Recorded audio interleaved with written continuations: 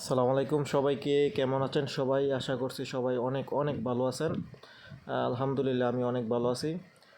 আজকে ভাই, আমার যত ভাই আছে সবাইকে নিয়ে চললাম ডাঙ্গার জমিদার বাড়িতে।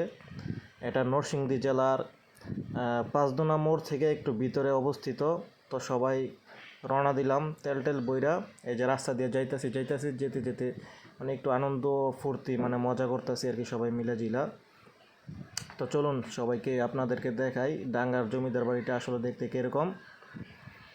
এখনও মূলত আমরা সাহেবরদা পাস হয় নাই, আমরা মূলত নরসিংদী বেলানগরের পর যে কারারচর এলাকা ওই এলাকা থেকে যাই।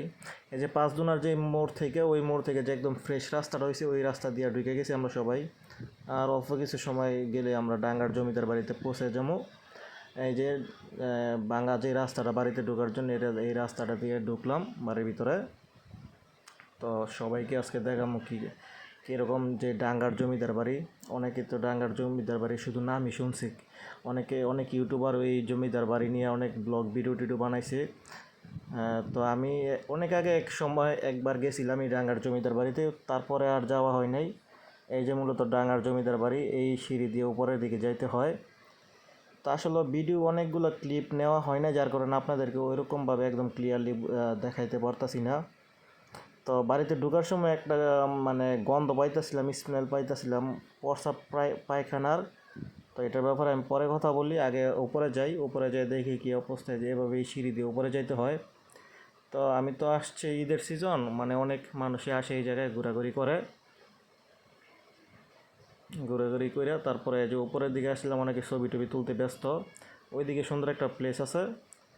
আর যে তিনতলার যে সাইডটা, এই তিনতলার সাইডটা যাওয়া যায় না, দুইতলা পর্যন্ত সিঁড়ি দেওয়া, তিনতলার দিকে যাওয়া যায় না। তো ওই যে সামনে একটা প্লেস আছে, ওই জায়গায় অনেক সুন্দর সবাই ছবি টবি তোলে। ওই জায়গায় মূলত ছবি তোলার জন্য মানুষ উপরের দিকে আসে।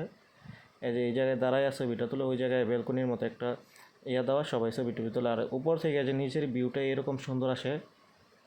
আচ্ছা যাই হোক, তো আমরা মোটামুটি ভালোই এনজয় করলাম, ঘোরাঘুরি করলাম।